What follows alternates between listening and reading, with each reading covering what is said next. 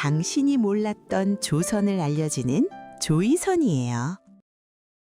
1336년 창덕궁. 깊은 밤 세자빈의 침전에서 들려온 믿을 수 없는 신음소리. 저는 그날 밤 궁궐의 그림자 속에 숨어있던 늙은 내관입니다. 오늘 제가 드릴 이야기는 기록되었으나 차마 입에 올리기 힘들었던 끔찍한 추문에 관한 것입니다.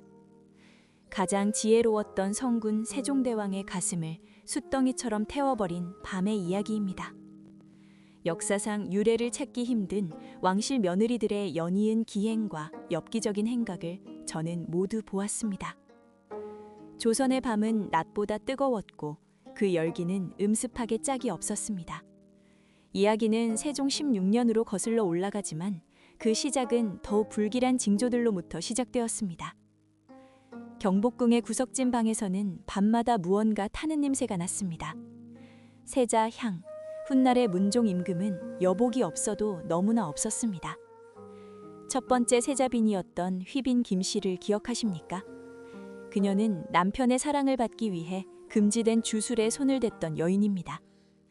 한겨울 자시 무렵 세자빈의 처소 뒷마당에서 매캐한 연기가 피어오르는 것을 저는 보았습니다. 나인들이 부들부들 떨며 딴을 파고 무언가를 묻고 있었습니다. 궁금함을 참지 못한 제가 몰래 다가가 흙을 파헤쳐 보았습니다.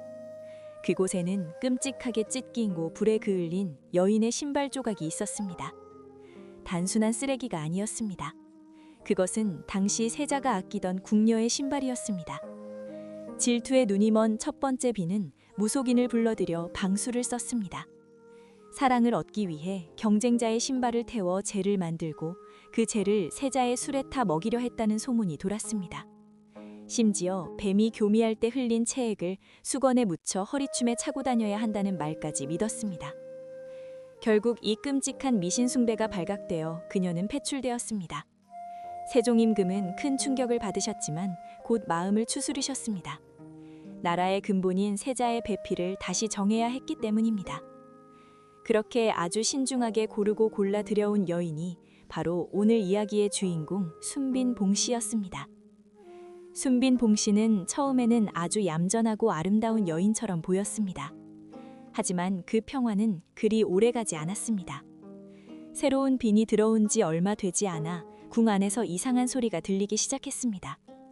그것은 여인의 울음소리도 아니었고 기도 소리도 아니었습니다.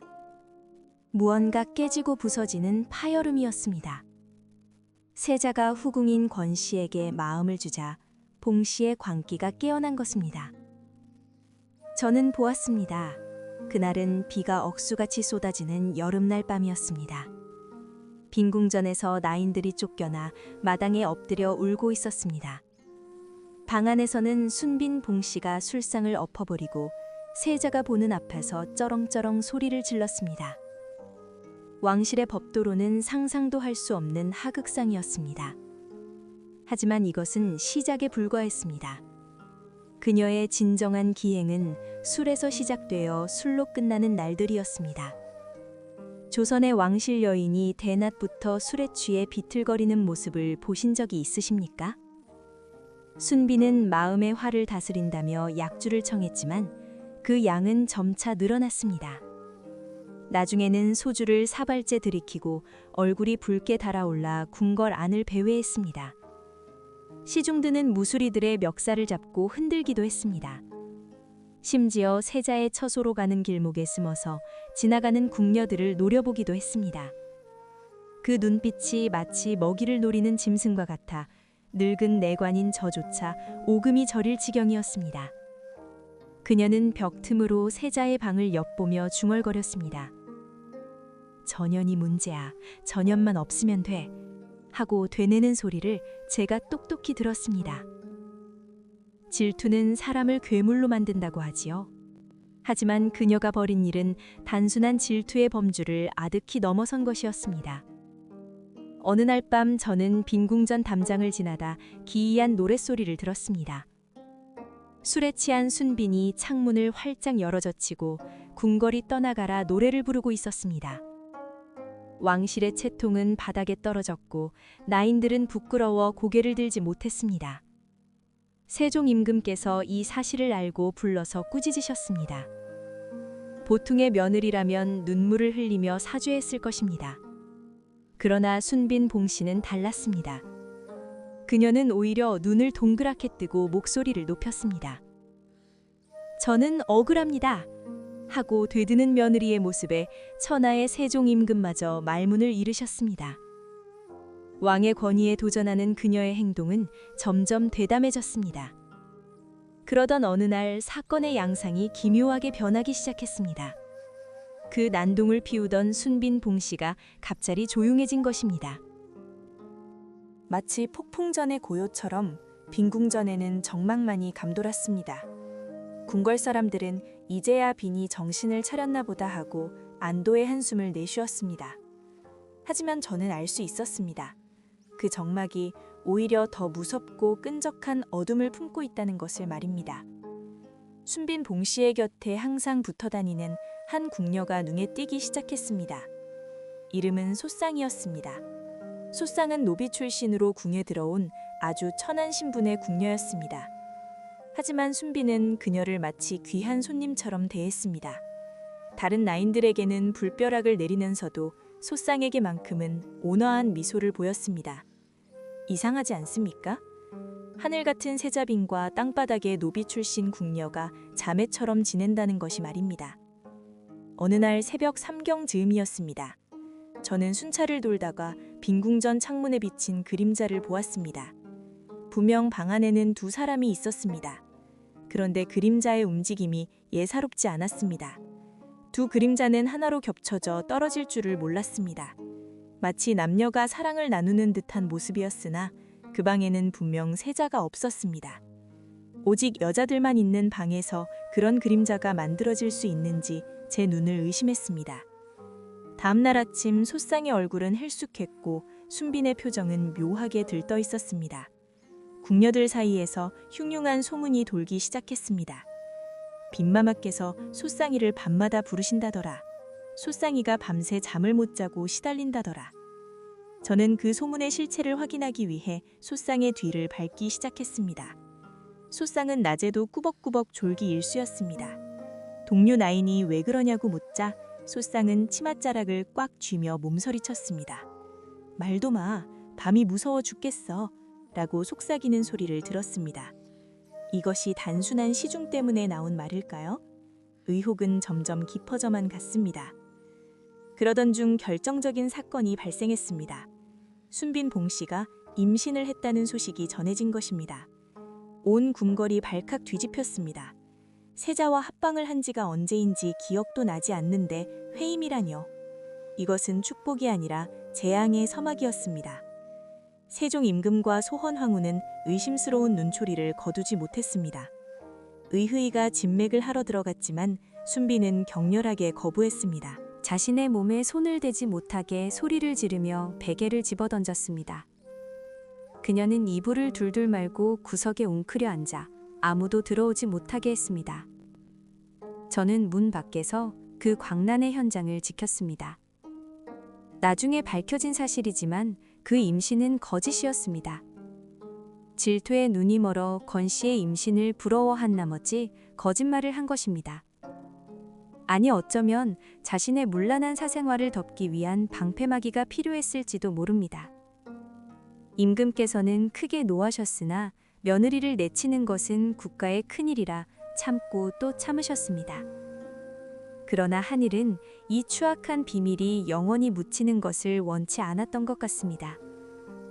드디어 터질 것이 터지고 말았습니다.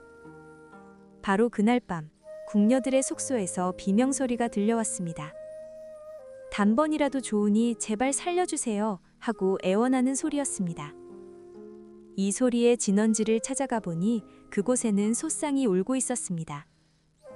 그리고 그 앞에는 질린 표정의 다른 궁녀들이 서 있었습니다. 저는 즉시 다가가 무슨 일이냐고 추궁했습니다. 머뭇거리는 궁녀들을 닥달하자 마침내 충격적인 증언이 쏟아져 나왔습니다. 세자빈 봉씨가 소쌍을 자신의 이불 속으로 끌어들였다는 것입니다. 단순히 잠만 같이 잔 것이 아니었습니다. 실록에 기록된 내용은 적나라하기 그지없었습니다. 봉씨는 소쌍에게 옷을 벗으라고 강요했습니다. 그리고 남녀가 정을 통하는 것과 똑같이 행동했다는 것입니다. 이것이 가당키나 한 말입니까? 유교 국가인 조선의 심장부에서 여인과 여인이 그런 짓을 벌였다니요. 이 이야기는 순식간에 왕과 왕비의 귀에 들어갔습니다. 세종 임금은 더 이상 참을 수 없었습니다.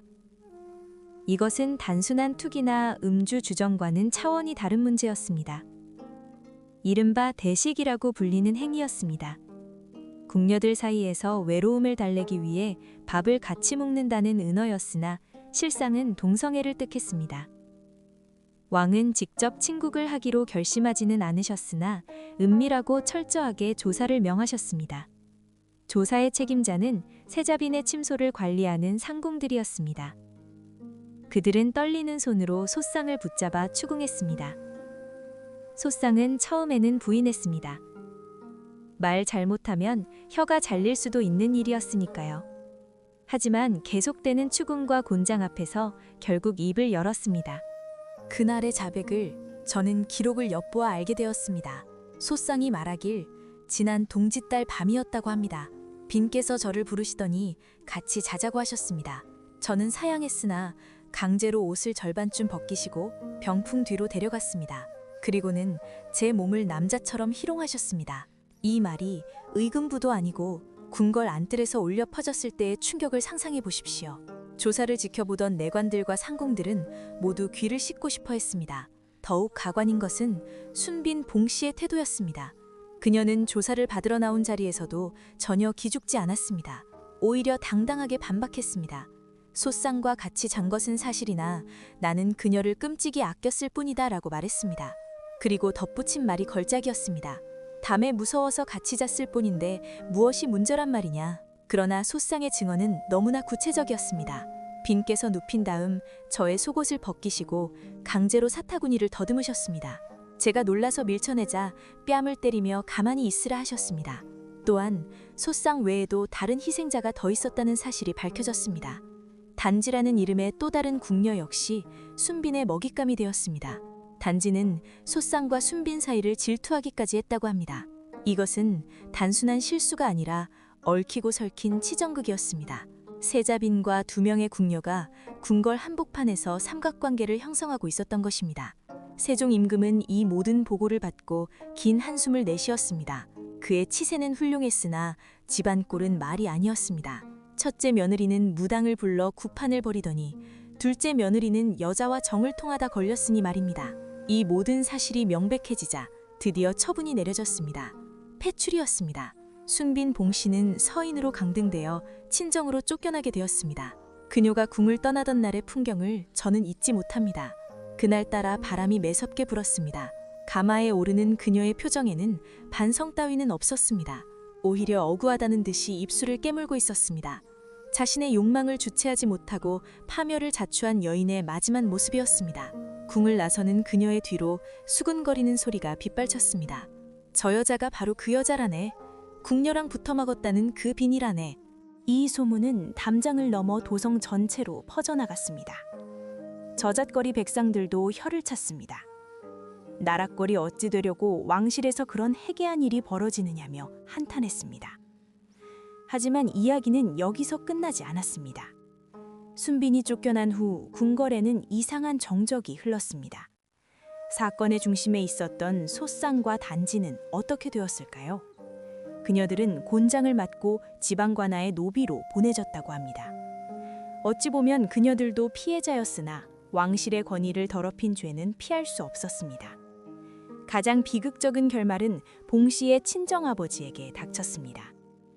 봉씨의 아비 봉연은 딸이 저지른 짓을 전해 듣고 치를 떨었습니다. 가문의 명예를 땅바닥에 쳐박고 왕실을 능멸한 딸을 용서할 수 없었을 것입니다. 기록에 따르면 봉연은 결국 딸에게 자결을 강요했다고 전해지기도 하고 화병으로 목숨을 끊었다고도 합니다. 확실한 것은 그 집안이 풍비박산 났다는 사실입니다. 왕과 스캔들이 나면 그 끝은 언제나 피바람인 법입니다. 폐비가 된 봉 씨의 이후 삶에 대해서는 구체적인 기록이 드뭅니다. 일설에는 집안 사람들에 의해 조용히 처리되었다는 무서운 이야기도 떠돕니다. 누군가는 그녀가 목을 메었다고 하고 누군가는 병으로 시름시름 앓다 죽었다고 합니다. 분명한 것은 그녀가 다시는 햇빛을 보지 못했다는 점입니다. 시간이 흘러 사건은 잊히는 듯했습니다. 그러나 궁궐의 밤은 여전히 길고 어두웠습니다. 저는 가끔 빈궁전 앞을 지날 때마다 환청을 듣곤 했습니다. 술병이 깨지는 소리, 깔깔거리는 여인들의 웃음소리, 그리고 억눌린 신음소리 같은 것들이 바람에 실려오는 것 같았습니다. 이 사건 이후 조선 왕실은 세자빈을 뽑는데 더욱 엄격해졌습니다. 인물도 보고 가문도 보고 품행을 몇 번이고 검증했습니다. 그 결과 들어온 분이 바로 훗날 단종의 어머니가 되는 현덕왕후 권씨입니다. 권씨는 조신하고 현숙했으나 안타깝게도 단종을 낳고 산후병으로 일찍 세상을 뜨고 말았습니다. 문종 임금의 연하는 끝이 없었던 것 같습니다. 만약 순빈 봉씨가 술을 멀리하고 탐욕을 벌였다면 역사는 달라졌을까요? 문종이 그녀에게 조금이라도 따뜻한 눈길을 주었다면 그녀는 괴물이 되지 않았을까요? 하지만 역사에 만약은 없습니다. 일어난 일은 일어난 일이고 기록된 수치는 지울 수 없습니다. 실록 사관들은 냉정하게 붓을 놀려 그 모든 추잡한 행각을 한 줄 한 줄 기록해 두었습니다. 봉씨가 성격이 괴팍하고 술을 좋아하며 여종과 동침하였다. 이 짧은 문장 속에 얼마나 많은 피눈물과 비명이 숨어 있는지 우리는 상상해야 합니다. 그날 밤 목격자인 제가 본 것은 단순히 문란한 성추문이 아니었습니다. 엄격한 유교 규율 속에 억눌린 인간의 뒤틀린 욕망이 어떻게 폭발하는지를 본 것입니다. 가장 고귀한 장소인 궁궐에서 가장 본능적인 욕망이 충돌했던 것입니다. 그런데 여기서 한 가지 더 섬뜩한 이야기를 해드려야겠습니다.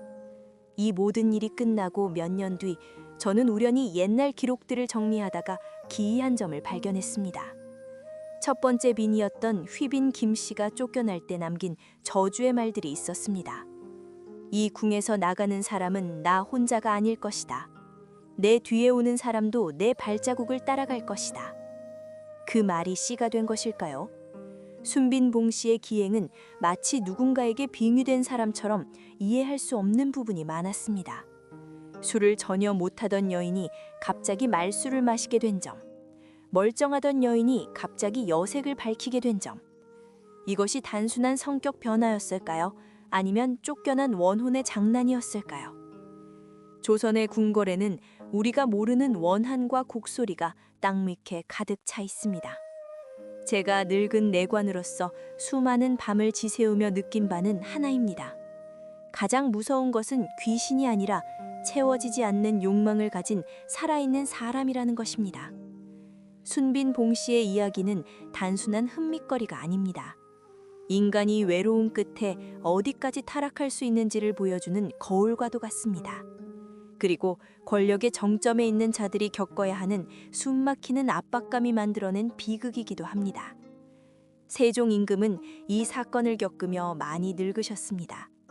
자식 농사 마음대로 안 된다는 옛말이 틀린 것 하나 없습니다. 가장 위대한 왕조차 며느리의 일탈은 막지 못했으니까요.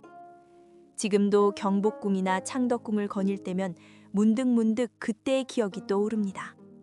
닫힌 문 뒤에서 들리던 수상한 소리들, 복도를 급히 지나가던 소쌍의 겁먹은 눈동자, 술 냄새를 풍기며 비릿하게 웃던 봉씨의 얼굴. 이 모든 것은 역사의 뒤안길로 사라졌지만 제 기억 속에는 어제 일처럼 생생합니다. 이제 이 이야기는 저의 입을 떠나 여러분의 귀로 들어갔습니다. 믿기지 않는 조선 왕실의 막장 드라마 같은 현실. 이것은 소설이 아니라 실록이 증명하는 엄연한 사실입니다. 오늘 밤 여러분은 어떤 꿈을 꾸시겠습니까? 화려한 궁궐의 기와 아래 숨겨진 그늘진 욕망을 잊지 마십시오. 잠시 물 한 모금만 마시고 기억을 더 더듬어 봅니다. 이야기가 여기서 끝난다고 생각하시면 오산입니다. 이 거대한 스캔들이 궁궐 내부에 미친 파장은 우리가 아는 것보다 훨씬 깊고 넓었기 때문입니다. 소쌍 사건 이후 내관들에 대한 감시도 지독하리만큼 심해졌습니다. 특히 빈궁전을 담당하던 환관들은 매일같이 불려가 문초를 당했습니다. 너희는 무엇을 보았느냐? 왜 진작 보고하지 않았느냐? 그들의 비명소리가 며칠 밤을 이어갔습니다. 저도 그 조사 대상 중 하나였습니다. 무릎이 으스러지도록 꿇어앉아 본 것을 그대로 말해야 했습니다. 하지만 저는 말하지 못한 것이 하나 있습니다. 오늘 여러분께만 털어놓는 비밀입니다. 사실 소쌍 말고도 수상한 나인이 한 명 더 있었습니다. 그녀의 이름은 기록되지 않았으나 저는 그녀를 성류라고 불렀습니다. 순빈이 패출되기 며칠 전 밤이었습니다. 저는 우물가에서 무언가를 태우고 있는 성류를 보았습니다. 그녀가 태우고 있던 것은 순빈이 입던 속저고리였습니다. 불꽃이 사그라질 때 그녀가 내뱉은 혼잣말이 제 귀를 스쳤습니다. 차라리 남자로 태어나시지 그랬습니까, 마마. 그 목소리에는 원망보다는 연민이 섞여 있었습니다. 그 장면을 보며 저는 생각했습니다. 이 미친 극 안에서도 사랑이나 연민 같은 감정이 싹텄던 것일까? 아니면 그저 함께 미쳐가는 공범자들의 한탄이었을까? 어느 쪽이든 비극임은 분명합니다.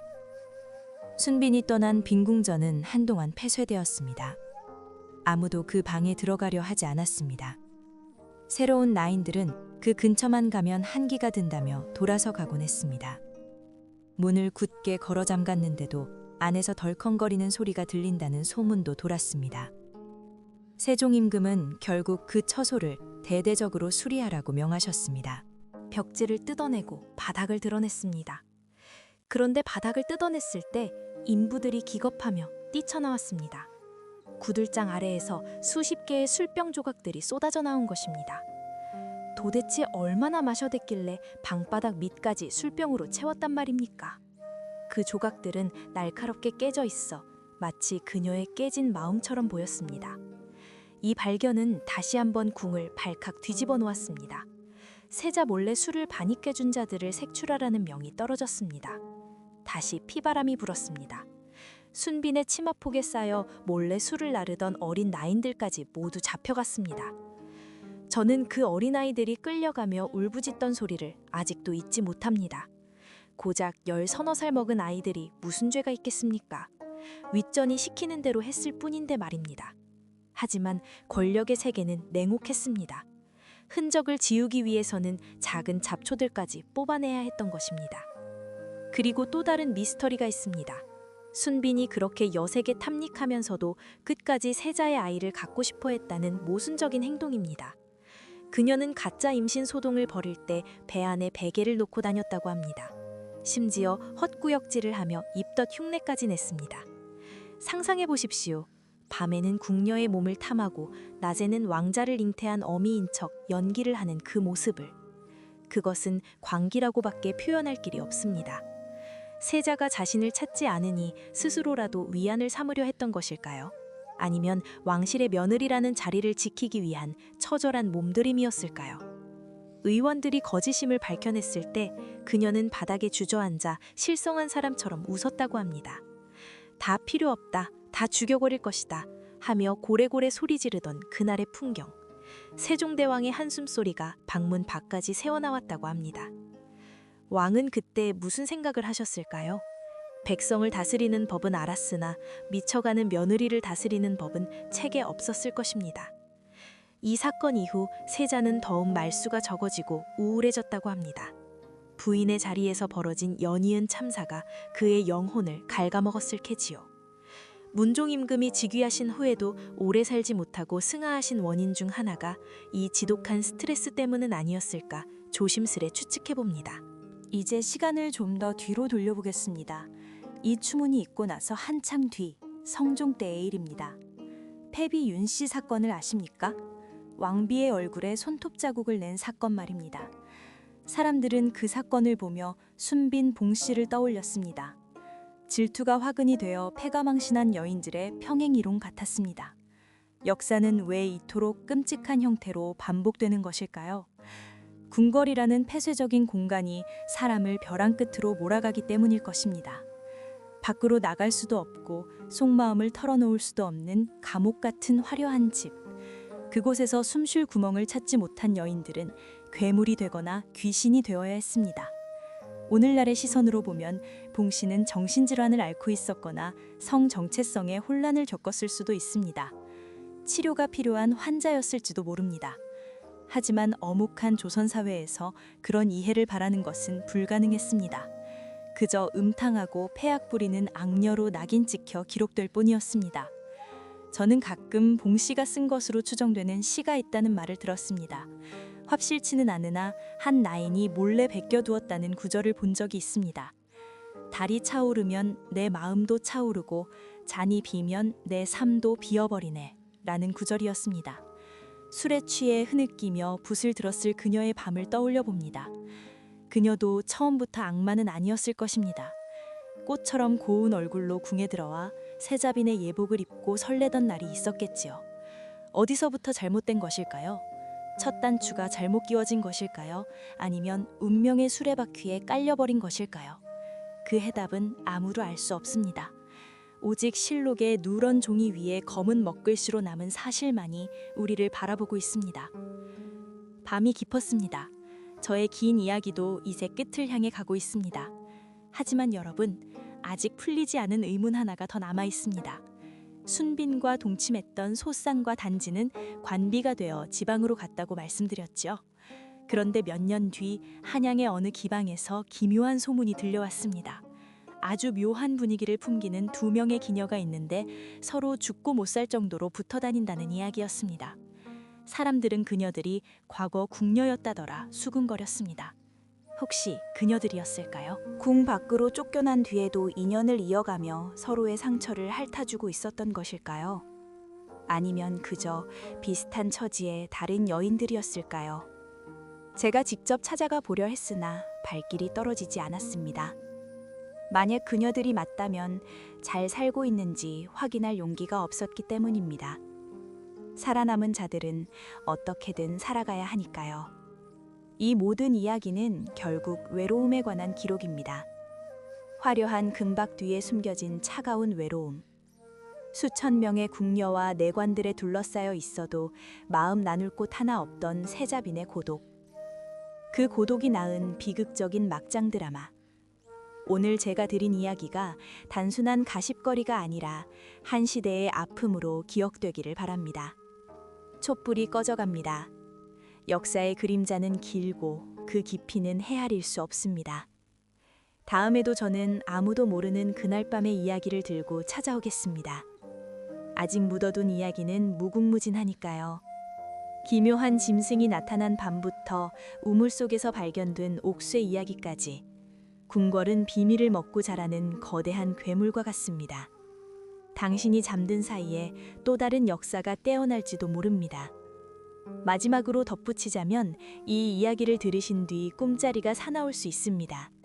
봉 씨의 원혼이 아직 구천을 떠돌고 있다는 무속인의 말이 떠오르기 때문입니다. 비 오는 날 밤 창문 밖에서 여인의 노랫소리가 들리더라도 절대 문을 열지 마십시오. 술 한 잔 같이 하자고 말을 걸어올지도 모릅니다. 그 잔을 받는 순간 당신도 그녀의 끝나지 않는 비극 속으로 끌려 들어가게 될 것입니다. 지금 당신의 등 뒤에 서늘한 바람이 느껴지십니까? 그저 열린 창문 탓이라고 생각하시길 바랍니다. 조선의 밤은 아직 끝나지 않았습니다.